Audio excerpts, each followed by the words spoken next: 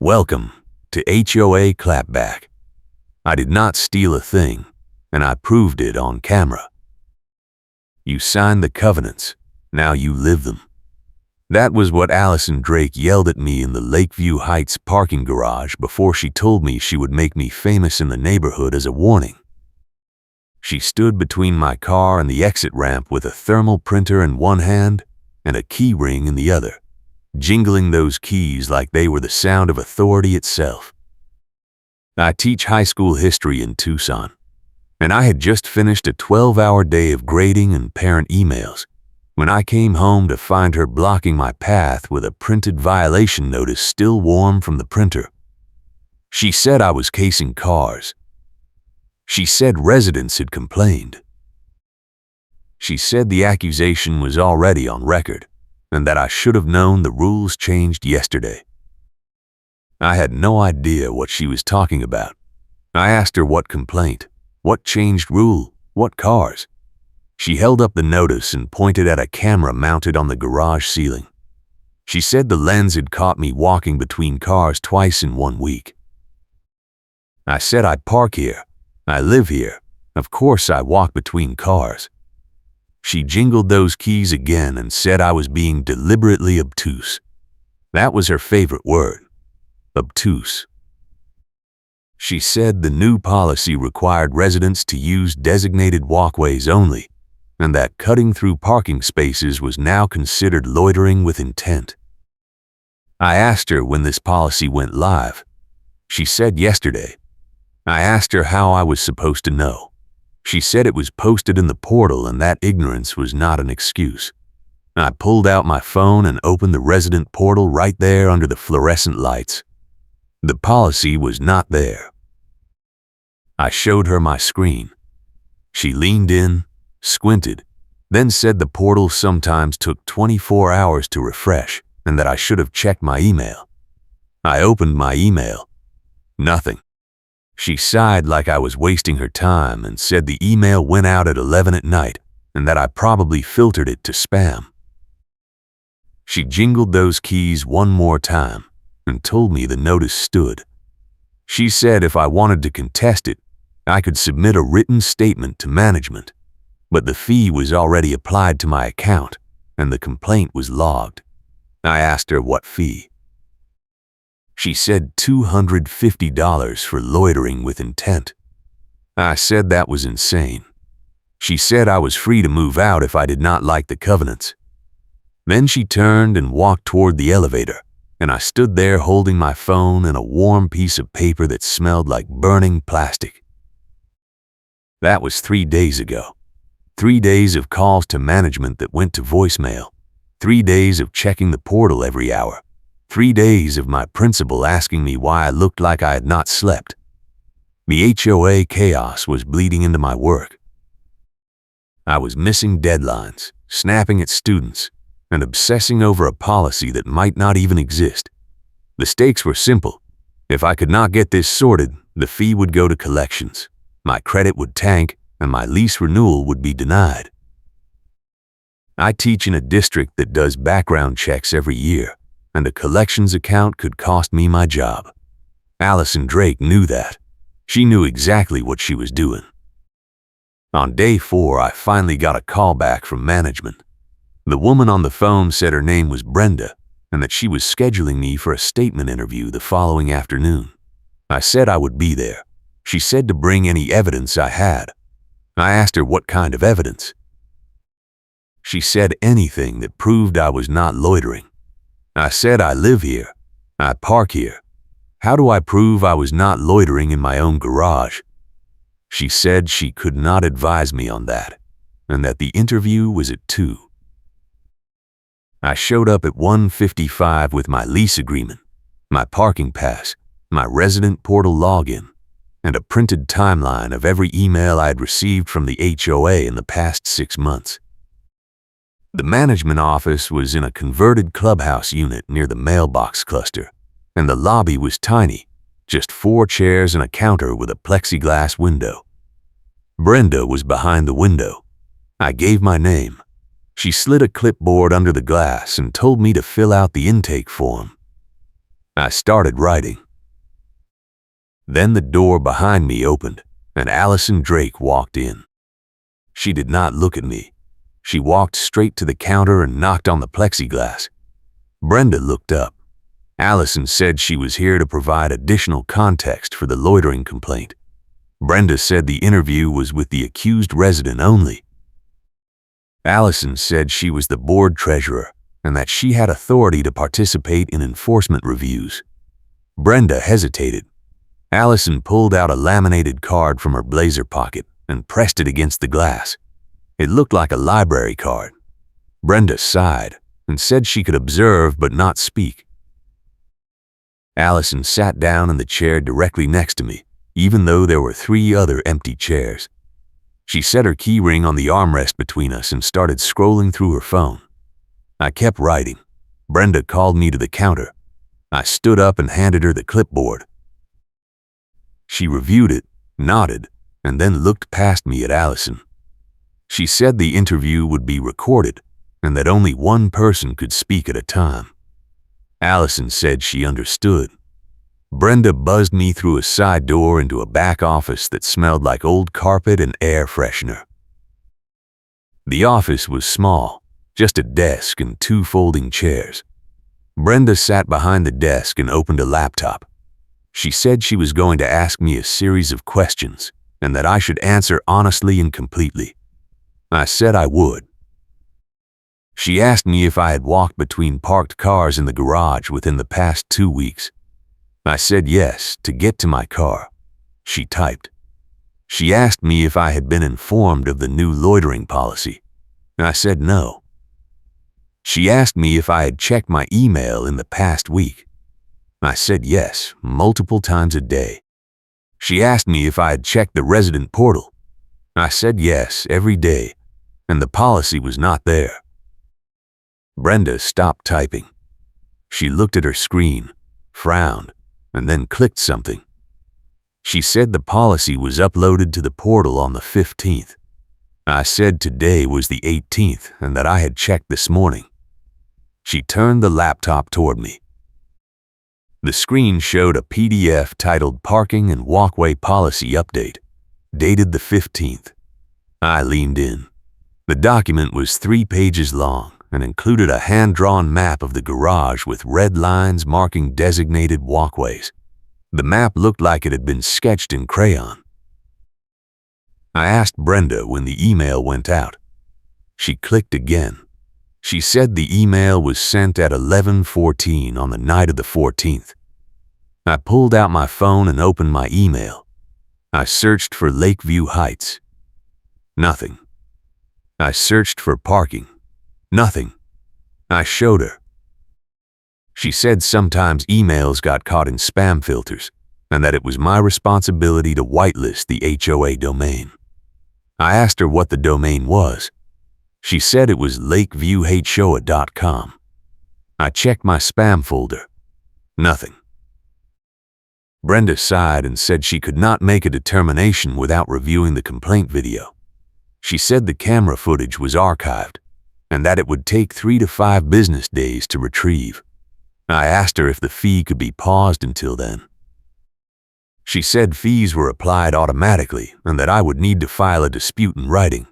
I asked her where I filed that. She said the form was in the portal under dispute resolution. I opened the portal on my phone right there. The dispute resolution section was empty. She looked at my screen, frowned again, and said sometimes the portal had sync issues. Then the door opened and Allison Drake walked in. Brenda looked up sharply. She said the interview was private. Allison said she had been waiting in the lobby for 20 minutes and that she had additional information that was relevant to the case. Brenda said she could provide that information in writing. Allison said it was time sensitive and that it involved a second complaint. Brenda looked at me. I said I had no idea what she was talking about. Allison pulled a folded piece of paper from her blazer and handed it to Brenda. Brenda unfolded it. Her expression did not change, but her jaw tightened. She said this was a separate issue and that it needed to be scheduled separately. Allison said the issues were related and that I was being investigated for theft from vehicles. I stood up. I said that was a lie. Allison turned to me and said a sealed donation bag had gone missing from a resident's car 2 nights ago, and that the same camera that caught me loitering had also caught me walking past that car during the window of the theft. I said I had not stolen anything. Allison said the resident had filed a police report and that the footage was being reviewed. Brenda held up one hand and said this interview was about the loitering complaint only, and that any additional accusations needed to go through the proper channels. Allison said she was simply providing context. Brenda said the context was noted and that Allison needed to leave the office. Allison smiled. She said she understood. Then she looked at me and said, "I am speaking for the community, and the community is watching you." Allison walked out. Brenda closed her laptop.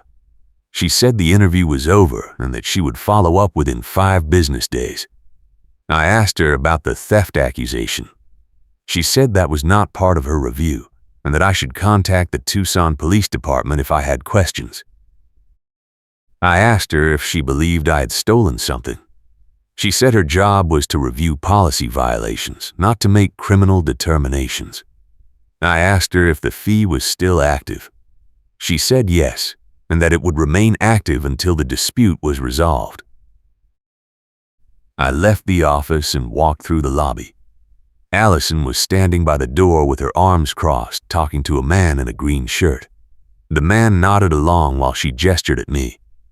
I ignored them and walked out into the Arizona heat. My hands were shaking. The accusation was already spreading. Allison had just planted a rumor in front of a witness, and now it was going to grow. That night, I called my buddy Luis. He works nights at the mailroom depot near the clubhouse, sorting packages and managing deliveries for Lakeview Heights and 2 other properties. I asked him if he had heard anything about a stolen donation bag. He said no, but he told me to be careful. He said Allison had been acting weird lately, asking questions about package logs and delivery schedules. He said she had requested access to the mailroom camera feeds last month and that management had denied her. He said it felt like she was looking for something. I asked Luis if he could check the delivery logs for the night the bag supposedly went missing. He said he could, but it would take a day or 2. I thanked him and hung up. Then I sat on my couch and stared at the wall. The stakes were getting worse. A loitering fine was bad. A theft accusation was career-ending. If Allison got the police involved and my name ended up in a report, even if I was cleared, the district would pull me for review. I could not let that happen. The next morning I got an email. It was from a resident I had never met, a woman named Rachel who lived in Building C. The subject line said, "We need to talk." The body of the email was 2 sentences. Allison Drake accused me of the same thing last year. She is doing this again. Meet me at the mailbox cluster at noon. I showed up at 11:55. Rachel was already there, standing near the bulletin board with a folder under her arm. She was in her 60s, gray hair, running shoes, and a look on her face that said she had seen this before. She did not waste time. She said Allison had accused her of stealing packages from the mailroom last spring, and that the accusation had cost her a volunteer position with the HOA social committee. She said Allison had printed an instant violation notice, claimed there was camera evidence, and threatened to file a police report if Rachel did not resign from the committee. I asked her what happened. Rachel said she resigned because she did not have the energy to fight it. Then, 3 months later, another resident found a stash of open packages in the storage closet near the fitness center.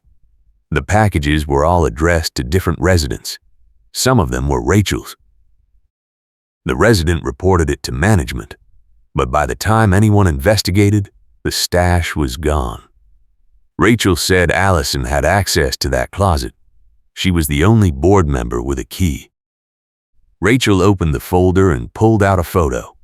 It was a cell phone picture of a storage bin with a cracked lid. Inside the bin were 3 Amazon mailers, a small cardboard box, and what looked like a rolled-up donation bag. The photo was date-stamped April 9th. Rachel said she took the picture before the stash disappeared. She said she had shown it to management, but they told her it was not enough to prove anything. She said Allison had explained it away by saying residents sometimes left items in the closet temporarily, and that it was not HOA policy to monitor storage use. I asked Rachel why she was telling me this now. She said because Allison was doing it again and because this time there was a pattern. She said if I could prove Allison had access to the areas where items went missing, and if I could connect her to the thefts, then the pattern would be undeniable. I asked her how I was supposed to do that. She said the portal had an audit log. Every time a board member used their key card to access a restricted area, the system logged it. If I could get a copy of the log and match it to the dates of the missing items, I would have proof. I asked her how I could get the log.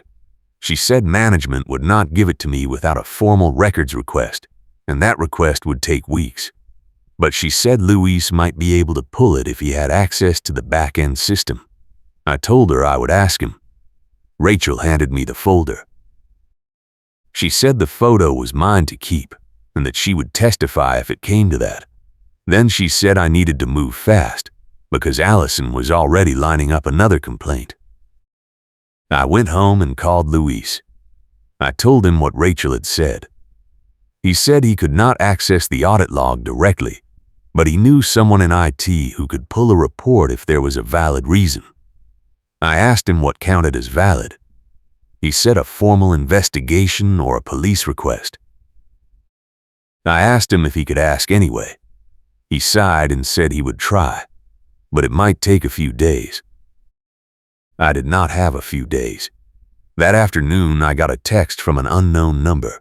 The message said, "You have until Friday to pay the fee and withdraw your dispute, or I will post a public notice about you at the mailbox area." I knew it was Allison. I did not respond. 2 hours later, I got another text. This one had a photo attached. It was a printed flyer with my name, my unit number, and the words "Accused Heft" in bold letters at the top.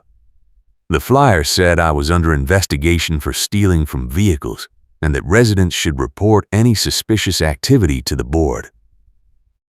At the bottom, it said the notice would be posted in 3 days unless I complied. I saved the screenshot and forwarded it to Luis. Then I called Brenda at management. She did not pick up. I left a voicemail. I said Allison Drake was threatening to post a defamatory notice and that I needed an immediate meeting. I said if the notice went up, I would file a formal complaint with the city and the state HOA oversight board. I hung up and sat on my couch with my head in my hands. My phone buzzed. It was Luis. He said he got the log. He said it was not pretty. Luis came by that night with a printed copy of the audit log. The report was 8 pages long, single-spaced, with timestamps and entry codes for every restricted area access in the past 6 months. He said the system tracked keycard swipes for the storage closets, the mailroom, the fitness center, and the garage maintenance room. He pointed to 3 clusters of entries in April, June, and this month. Every cluster was tied to Allison Drake's keycard. The timestamps matched the dates Rachel had mentioned, and the night the donation bag had supposedly gone missing. I asked Luis what the entry codes meant. He said they were door IDs. He said Allison had accessed the storage closet near the fitness center 11 times in April, 6 times in June, and twice this month. She had also accessed the mailroom after hours on 3 separate occasions. Luis said there was no legitimate reason for a board treasurer to be in the mailroom after hours. He said the only people with access were mailroom staff and emergency maintenance. I asked him if this was enough. He said it depended on what I did with it.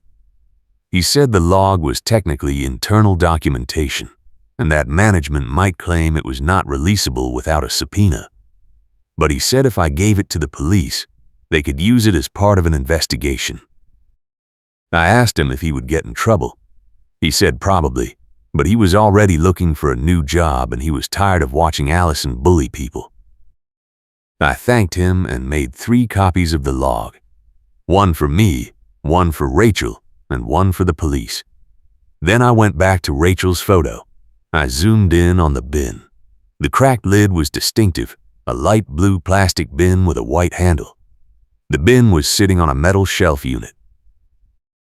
The shelf unit had a yellow tag on the corner, the kind maintenance uses to mark equipment. If I could find that bin and that shelf, I could prove the stash existed and tie it to the restricted storage area. The next morning, I went to the storage closet near the fitness center. The door was locked. I walked around to the fitness center front desk and asked the attendant if I could access the storage area. She said it was for maintenance only. I asked her if the board had access. She said yes, but only with prior approval from management. I asked her if anyone had accessed it recently. She looked at her log and said Allison Drake had been in there 2 days ago. I thanked her and walked back to the door. I took a photo of the lock and the keypad. Then I walked the perimeter of the building and looked for a window. The closet backed up to an exterior courtyard. There was a small frosted window about 6 feet off the ground. I could not see inside, but I could see a shadow of a shelf unit through the glass. I took another photo. That afternoon, I got a call from Brenda. She said management had reviewed my dispute and that they were denying it. She said the camera footage showed me walking between parked cars on 3 separate occasions, and that the loitering policy applied retroactively to all garage activity in the past 30 days. I asked her how a policy could apply retroactively. She said it was in the covenant enforcement clause, and that all residents agreed to it when they signed the lease. I asked her to send me the clause. She said it was in the portal under legal documents. I opened the portal. The legal documents section was empty. I asked Brenda if she was aware that Allison Drake had threatened to post a defamatory notice about me. She said she was not aware and that I should submit a formal complaint in writing. I asked her how I submitted that. She said the form was in the portal under resident complaints. I opened the portal. The section was empty. Brenda said the portal was experiencing technical difficulties and that I should email my complaint directly to her. I said I would. She said she would respond within 10 business days. Then she hung up. I sat in my car in the parking garage and stared at the phone. The system was rigged. Every step required a form I could not access, a process I could not follow, a timeline I could not meet. Allison had built a machine designed to crush disputes before they started, and management was either complicit or too incompetent to notice. That night, I wrote the email. I attached the screenshot of Allison's threat, the audit log Luis had given me, and Rachel's photo of the bin.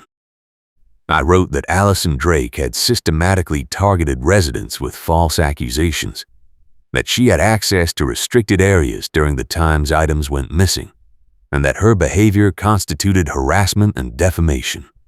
I asked Brenda to suspend Allison's access pending an investigation.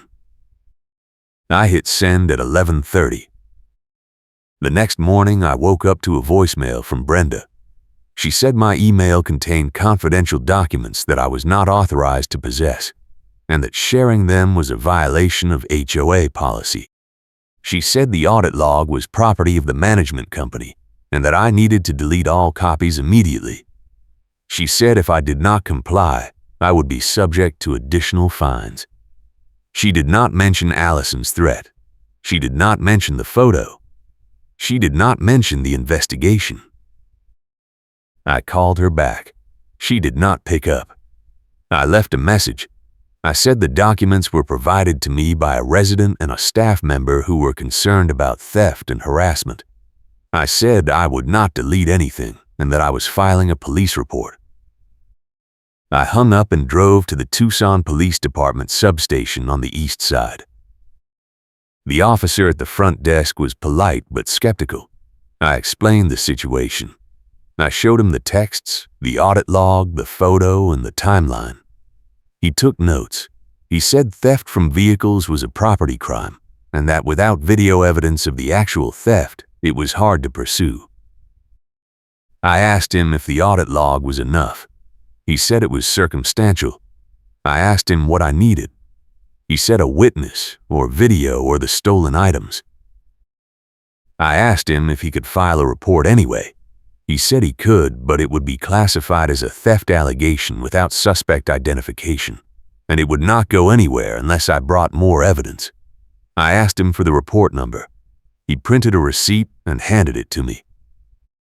He said if I found more proof, I should call the non-emergency line and reference the case. I thanked him and left. I had a report number. It was not much, but it was something. Now I needed the bin. If I could get inside that storage closet and take a photo of the bin on the shelf, I could prove Rachel was telling the truth.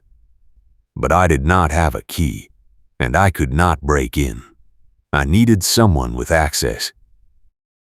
I called Luis. I asked him if he knew anyone in maintenance. He said he knew a guy named Marco who did after-hours repairs. I asked him if Marco would let me into the closet. Luis said he would ask, but Marco was nervous about his job. I said I understood. Luis said he would get back to me. 2 hours later, Luis texted me.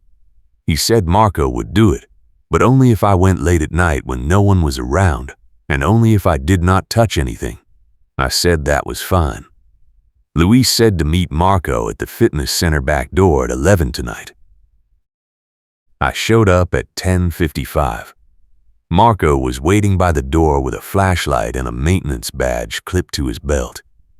He did not say much. He unlocked the door and walked me through the dark fitness center to the storage closet. He unlocked the closet and stepped aside. He said I had 5 minutes. The closet was small and packed with cleaning supplies, folding chairs and bins stacked on metal shelves. I scanned the shelves with my flashlight. The second shelf from the bottom had a light blue bin with a cracked lid and a white handle. The shelf unit had a yellow maintenance tag on the corner. I took 3 photos from different angles. Then I leaned in and looked inside the bin. It was empty, but the bottom had adhesive residue and torn pieces of packing tape. Someone had cleaned it out recently, but they had not been thorough. I took one more photo of the residue. Then I backed out of the closet. Marco locked the door and walked me back to the exit. He said if anyone asked, he never saw me. I said I understood. He left. I walked back to my car and uploaded the photos to a cloud folder. Then I sent the folder link to Rachel, Luis, and myself. The next day was Friday, the deadline. I woke up to a text from Allison. The message said, "Last chance. Pay the fee or the notice goes up today." I did not respond. At noon, I drove to the mailbox cluster. A small crowd was gathered near the bulletin board. Allison was standing in the center with a stapler and a stack of flyers. She saw me and smiled. She said, "You had your chance." Then she stapled the first flyer to the board. The flyer had my name, my unit number, and the words ACC used OF-TFT at the top. Below that, it said I was under investigation for stealing from vehicles and that residents should avoid contact with me. At the bottom, it said the board took community safety seriously and that further updates would follow. A woman standing near me whispered to her friend. A man pulled out his phone and took a photo. Allison stapled a second flyer to the other side of the board. Then she turned to the crowd and said, "I am speaking for the community, and the community deserves to know who is living among them." She looked directly at me. She said, "If you have nothing to hide, you have nothing to fear." I stepped forward. I said I had filed a police report and that I had evidence proving I did not steal anything. Allison laughed. She said the police do not investigate HOA matters and that I was wasting my time. I said the police were investigating theft, not an HOA matter. Allison said there was no theft to investigate because the resident had dropped the complaint after I failed to respond to the notice. I asked her what resident. She said it was confidential. I asked her if the complaint ever existed. She said of course it did and that I was being paranoid. I pulled out my phone and opened the screenshot of her text. I said she had threatened to post the notice unless I paid the fee, and that was extortion. Allison said it was not extortion, it was enforcement, and that I had violated multiple policies. I asked her what policies. She said loitering, trespassing in restricted areas, and failure to comply with board directives. I said I had never trespassed. Allison said the audit log showed I had accessed the fitness center storage closet without authorization. I said the audit log showed her keycard, not mine. She froze. Her smile faded. She said I did not have access to the audit log and that it was confidential. I said I had a copy and that it showed she had accessed restricted areas 11 times in April, 6 times in June, and twice this month. I said those dates matched the times items went missing. Allison said that was absurd and that I was making things up. I pulled out my phone and opened the photo of the bin. I showed it to the crowd. I said this bin was in the storage closet and that it had been used to stash stolen items. I said Rachel had taken the photo in April and that the bin was still there. Allison said the photo proved nothing and that anyone could have put items in that bin. I said the audit log proved only one person had access during those times, and it was her. A man in the crowd said, "Is that true?" Allison turned to him and said I was twisting facts, and that the audit log did not prove anything without context. I said I had given the log to the police and that they were reviewing it. Allison said I was lying. I held up the police report receipt. I said I had filed a formal theft report and that the case number was on record. Allison grabbed the receipt out of my hand. She looked at it, then crumpled it and threw it on the ground. She said the police would not do anything because there was no evidence. I said there was plenty of evidence, including the bin, the log, and witness testimony from Rachel. Allison said Rachel was a disgruntled former volunteer with an axe to grind. I said Rachel was targeted the same way I was, and that Allison had a pattern. The crowd was silent. Allison looked around. She said, "This is ridiculous." Then she turned and walked toward the clubhouse. I picked up the receipt and smoothed it out. A neighbor approached me. He said, "I believe you." Another woman said she had noticed packages going missing last spring. A third person said Allison had accused them of violating a parking rule that did not exist. I told them to document everything and send it to management. Then I walked back to my car. My hands were shaking, but I felt something shift. The narrative was changing. Allison was losing control. That night, Brenda called me. She said she had reviewed my email and the attached documents. She said the audit log was concerning and that she was forwarding it to the board for review. I asked her what that meant. She said the board would meet within 30 days and decide if further action was warranted. I said 30 days was too long and that Allison was actively harassing residents. Brenda said she understood, but the process took time. I asked her if Allison's access could be suspended in the meantime. Brenda said she did not have the authority to do that and that only the board could suspend a board member's access. I asked her who was on the board. She said Allison Drake, the president, and 2 other members. I said that was a conflict of interest. Brenda said she understood. but the bylaws required a board vote. I said the bylaws were being weaponized. Brenda said she would escalate my concern. Then she hung up. I sat on my couch and stared at the wall. The system was protecting her. The board would not vote against one of their own. Management could not act without the board. The police would not investigate without more proof. I was stuck. Then my phone buzzed. It was a text from Luis. The message said, "Check your email." I opened my email. Luis had forwarded me a message from the tow company that serviced Lakeview Heights. The message was an internal memo dated 2 months ago. It said the company had entered into a referral agreement with Allison Drake to prioritize towing from Lakeview Heights in exchange for a percentage of towing fees. The memo said the arrangement was not disclosed to management and that it violated the company contract with the HOA. I read it twice. Then I read it again. Allison had a side deal with the tow company. Every time she called a tow, she got paid. That explained why she was so aggressive about parking enforcement.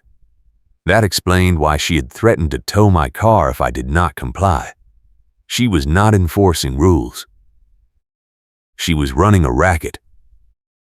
I forwarded the memo to Rachel and Brenda. Then I called the tow company. A dispatcher answered. I said I was a resident at Lakeview Heights and that I had questions about the referral agreement with Allison Drake. The dispatcher put me on hold. A minute later, a manager came on the line. He said the referral agreement had been terminated last week after an internal audit flagged it as non-compliant. I asked him if the agreement had been disclosed to the HOA management. He said it had not, and that was why it was terminated. I asked him if he would provide a written statement. He said he could not without a legal request, but he said if the police or an attorney contacted him, he would cooperate. I thanked him and hung up. Then I called Brenda again. She picked up on the third ring. I told her about the tow company memo. She was silent for a long time. Then she said, "I need to see that in writing." I forwarded the memo to her while she was still on the line. She said she would bring it to the board president immediately. I asked her when the board would meet. She said she was going to request an emergency session within the week. I asked her if Allison's access would be suspended. She said she would recommend it, but the board president made the final call.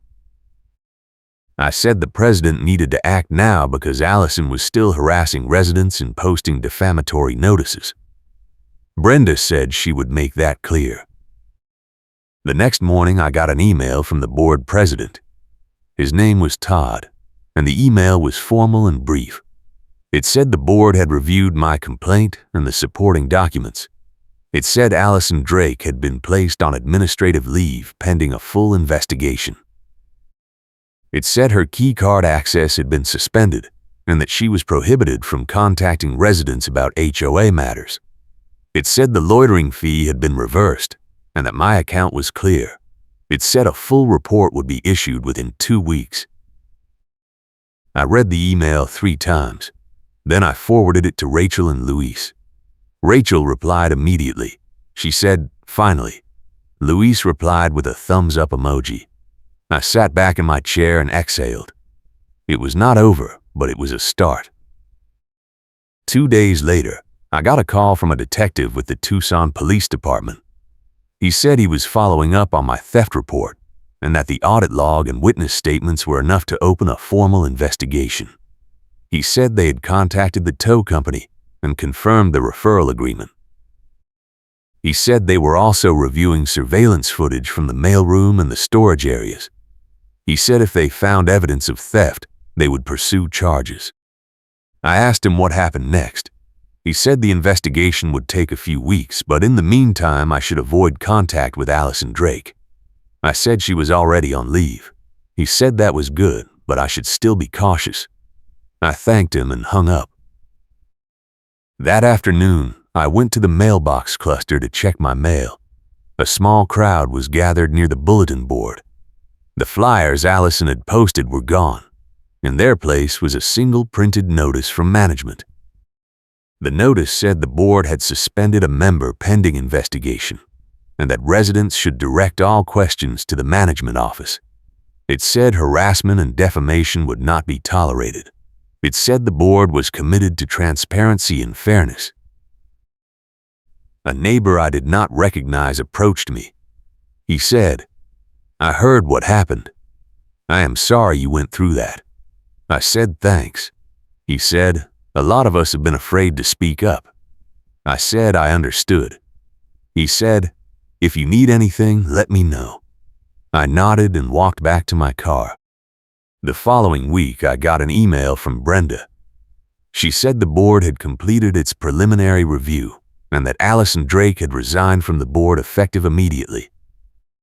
She said the investigation had found that Allison had accessed restricted areas without authorization, entered into an undisclosed financial arrangement with a vendor, and used her position to harass residents.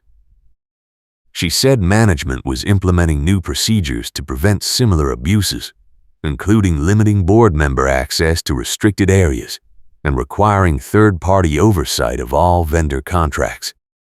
Brenda said my dispute had been resolved in full and that the loitering policy had been suspended pending rewrite. She said the board apologized for the inconvenience and that they were committed to rebuilding trust with residents.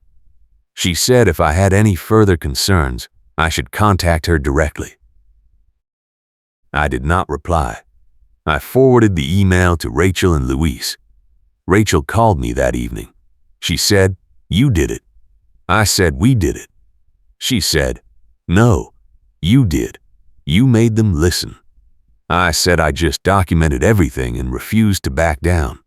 She said that was more than most people would do.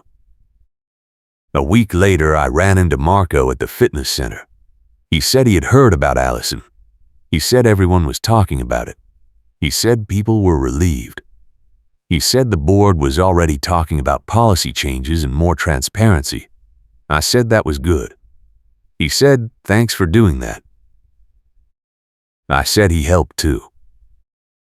The next month, the detective called me back.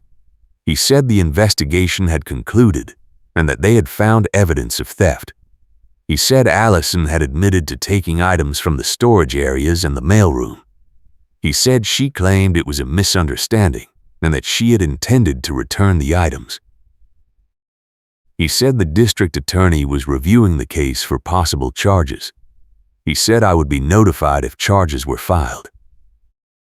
I asked him what happened to the stolen items. He said some had been recovered from Allison's unit during a search. He said others were still missing. He said victims would be contacted individually. I thanked him and hung up. 2 weeks after that, I got a letter from the district attorney. The letter said Allison Drake had been charged with theft and fraud. The letter said the case was proceeding and that I might be called as a witness. The letter said restitution would be ordered if she was convicted. I filed the letter in a folder with the rest of the documents. That Friday, I saw Allison in the parking garage. She was loading boxes into a car. She saw me and looked away. She did not say anything. I did not say anything. I walked past her and got into my car. She drove away a few minutes later. I never saw her again. A month later, the board held an open meeting. Todd, the president, read a prepared statement. He said the board had failed to provide adequate oversight and that they took responsibility for the environment that allowed abuse. He said new policies were in place and that all board members would be required to undergo training. He said residents were encouraged to report concerns without fear of retaliation. Rachel spoke during the public comment period. She said she appreciated the changes but that the board needed to do more to rebuild trust. She said residents needed access to real-time records, independent audits, and a clear complaint process.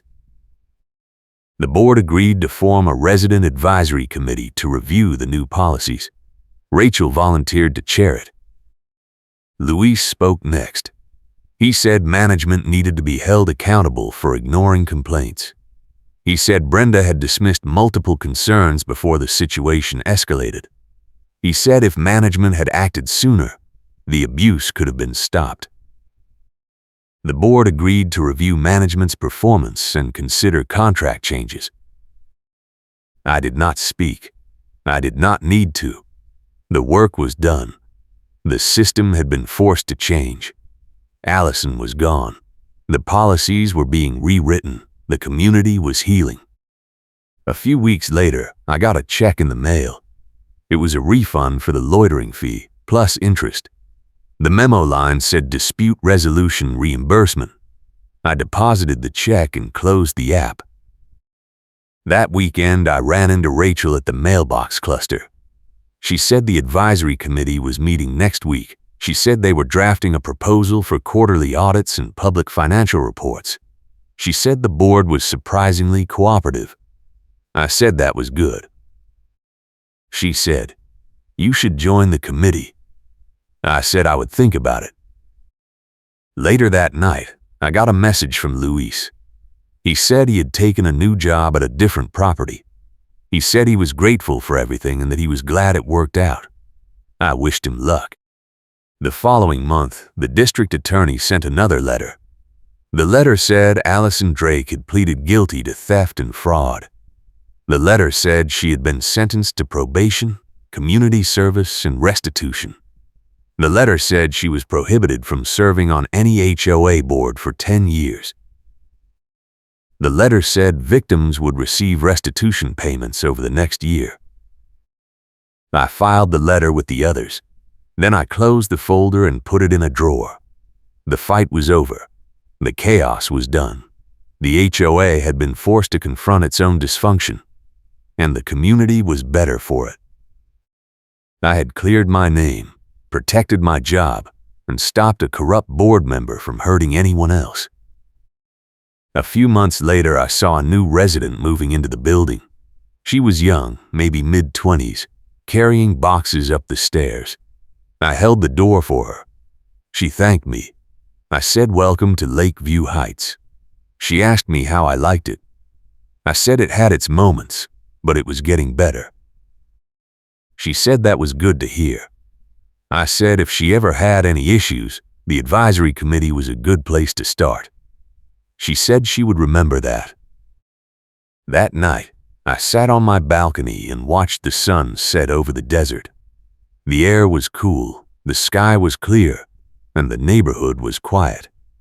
For the first time in months, I felt like I could breathe. The stakes were gone. The threats were gone. The fear was gone. What remained was a community that had learned a hard lesson and a system that had been forced to change.